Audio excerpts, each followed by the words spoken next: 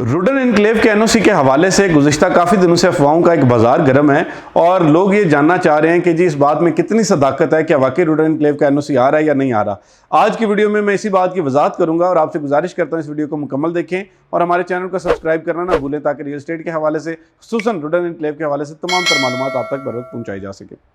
मैं रमीज शौकत हूँ और आप ट्रस्ट मार्क डिजिटल देख रहे हैं।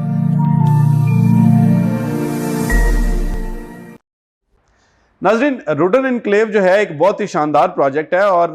गुज़िश्ता काफ़ी अरसे से जो है वो रुडन एनक्लेव बेहतरीन अंदाज से आगे बढ़ रहा था, लेकिन इसमें जो सबसे बड़ा सबसे मनफी इसका पहलू था वो ये था कि अक्सर लोग ये कहते थे जी ये प्रोजेक्ट इलीगल है, ये प्रोजेक्ट फ्लॉप है, ये प्रोजेक्ट को आरडीए ने अभी तक एनओसी नहीं दिया, इसको एक्नॉलेज नहीं किया, जिसकी वजह से लोग इसमें सरमायाकारी करने से, इसमें अपना प्लॉट बुक करवाने से रिलक्टेंट थे। देखिए, जो रुडन एनक्लेव है उसका सबसे बड़ा और सबसे प्लस पॉइंट जो है वो उसकी लोकेशन है। रुडन एनक्लेव आप जानते हैं कि एक क्रेडिबल प्रोजेक्ट है क्योंकि इसको पाकिस्तान की सबसे बड़ी सबसे नामवर जो कंसल्टेंसी फर्म है नेस्पाक, वो इसकी मास्टर प्लानिंग कर रही थी और इसके बाद जो है वो इसमें यूपीडीएल और जो बाकी अच्छे ग्रीन लीफ टाइप जो डेवलपर्स हैं वो जब इसमें शामिल हुए तो जाहिर बात है कि इसकी क्रेडिबिलिटी बढ़ चुकी थी। इसके अलावा आपको इस बात का भी अंदाजा है कि रुडन एनक्लेव अडयाला रोड के उस मुकाम पर बन रहा है कि जहां पर रिंग रोड का जो इंटरचेंज है वो बाकायदा तौर पर अप्रूव्ड है और उसमें जो नया फाइनल जो यानी इसका मैप है, रोड मैप है इंटरचेंजेस का जो रिंग रोड का, तो उसके जो है वो बिल्कुल संगम पर वाक़ है। तो जाहिर बात है लोकेशन बहुत अच्छी है। अब लोग इसमें इंटरेस्ट तो बहुत ले रहे थे, लोग इसमें बहुत ज़्यादा बुकिंग करवाने के ख्वाहिशमंद थे, लेकिन जो सबसे बड़ा और मनफी पहलू जैसे मैंने आपको बताया कि वो ये था कि जी इसका एनओसी क्लियर नहीं है। अब गुज़िश्ता दिनों हमने जो है वो इस हवाले से मुख्तलिफ ज़राए से जब ये खबर जो है वो इसके हवाले से तस्दीक चाहिए तो उन्होंने हमें जो है वो इस हवाले से चंद ऐसी चीज़ें बताई कि जो सुनने के बाद यकीनी तौर पर आप जो है वो इस बात पे खुशनुमा हैरत होगी आपको कि रुडन एनक्लेव के एनओसी का प्रोसेस जो है वो अल्हम्दुलिल्लाह मुकम्मल हो चुका है। ये मैं नहीं कह रहा, ये ज़राए के तवस्सुत से आपको बता रहा हूँ कि जो एनओसी है वो उसका मरहला मुकम्मल हो चुका है और अब सिर्फ ये सामने आना बाकी है कि क्या ये एलओपी होगा या फाइनल एनओसी होगा, क्योंकि अमूमन लोगों का ये ख्याल था कि जी अभी तक इसकी प्लानिंग परमिशन नहीं आई, अभी तक इसका जो है वो एलओपी नहीं आया और अब एनओसी डायरेक्टली कैसे आ सकता है। देखें, जब भी कोई प्रोजेक्ट जो है वो अपनी जो आरडीए के साथ या किसी भी डेवलपमेंट अथॉरिटी के साथ जो रुजू करता है इस हवाले से, तो इब्तदाई तौर पे जो है वो जो इसको प्लानिंग परमिशन दी जाती है, रुडन एनक्लेव की प्लानिंग परमिशन जो है वो पहले इनकी चंद डिपार्टमेंट से इनको मिल चुकी थी, जिसमें रेवेन्यू आता है, जिसमें आपके दीगर जो इलेक्ट्रिसिटी डिपार्टमेंट है, ये जो बाकी डिपार्टमेंट्स हैं वो आते हैं, तो उनको जो वो आप कह लें कि एनओसी उनसे मिल चुका था लेकिन फाइनल एनओसी अभी तक नहीं आया था। अब इंतज़ार इस बात का है कि जी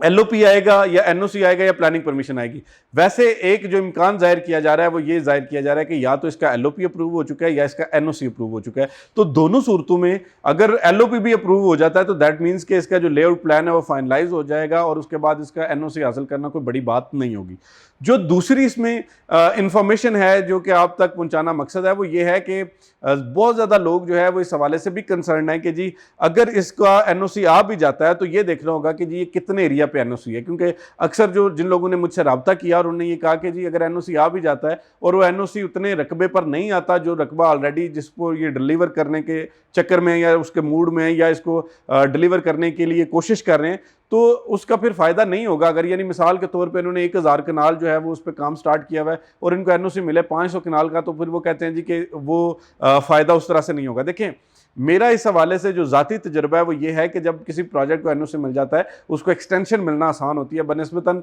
कि उसको कुछ भी जो है वो मतलब ना मिला हो, यानी वो प्रोजेक्ट इलीगल हो। तो इलीगल की बजाय अगर प्रोजेक्ट को एनओसी मिल जाए या एलओपी मिल जाए, वो मिसाल है कि 200 कनाल पे भी मिल जाए तो वो भी एक बड़ी बात होती है, क्योंकि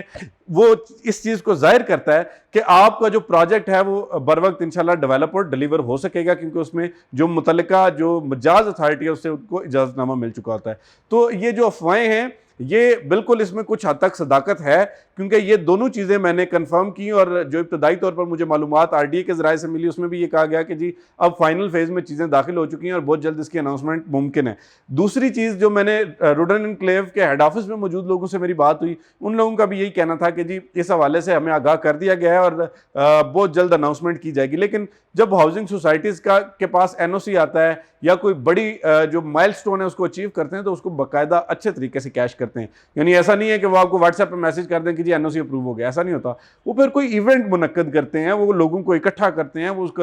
एडवर्टाइजिंग करते हैं, मार्केटिंग करते हैं, धूमधाम से बताते हैं कि जी हमारी ये चीज़ अप्रूव हो चुकी है। रुडन एनक्लेव ने तो मेरा ख्याल है जितनी मुश्किलात का सामना इस हवाले से किया, ये तो इस चीज़ के हवाले से जो है वो बहुत धूमधाम से इसको अनाउंस करेंगे। तो इसलिए जो लोग ये सोच रहे हैं कि जी इसमें अफवाह है, क्योंकि इससे पहले कई दफ़ा हो चुका है कि हमने लोगों को बताया कि जी बड़ी मुस्बत पेशरफ जारी है और उसके बाद पता चला कि जी कोई एनओसी नहीं आया। इसी तरह रुडन एनक्लेव इंतजामिया ने भी लोगों को इस हवाले से इत्मीनान में लिया कि जी आने वाले 6 महीने में या साल में हमारा एनओसी हो जाएगा, लेकिन वो नहीं हो सका। लेकिन अब मेरा ख्याल है कि वो वक्त आ गया है कि जब इनका एनओसी अप्रूव हो जाएगा। देखिए अब उसके बाद कि जी मार्केट पे क्या असर पड़ेगा। देखिए रुडन एनक्लेव एनओसी के बाद जो है वो आपको एक बहुत ही ज़बरदस्त और कामयाब प्रोजेक्ट के तौर पर नजर आएगा। उसकी बुनियादी तौर पर वजह यह है कि इनकी लोकेशन बहुत अच्छी है, इनके मास्टर प्लानर बहुत अच्छे हैं, इनकी डेवलपर जो है उसकी स्ट्रेंथ अच्छी है। कुछ चीज़ों की वजह से वो ज़रा रोक रुकावट उनको थी, अगर एनओसी आ गया तो फिर तो ये धड़ल्ले से सारी डेवलपमेंट भी करेंगे और मार्केट को उठाएंगे भी। तो इसलिए जो ये अफवाहें हैं ये सिर्फ अफवाहें नहीं हैं। मेरी मालूमात के मुताबिक, ज़राए की इत्तला के मुताबिक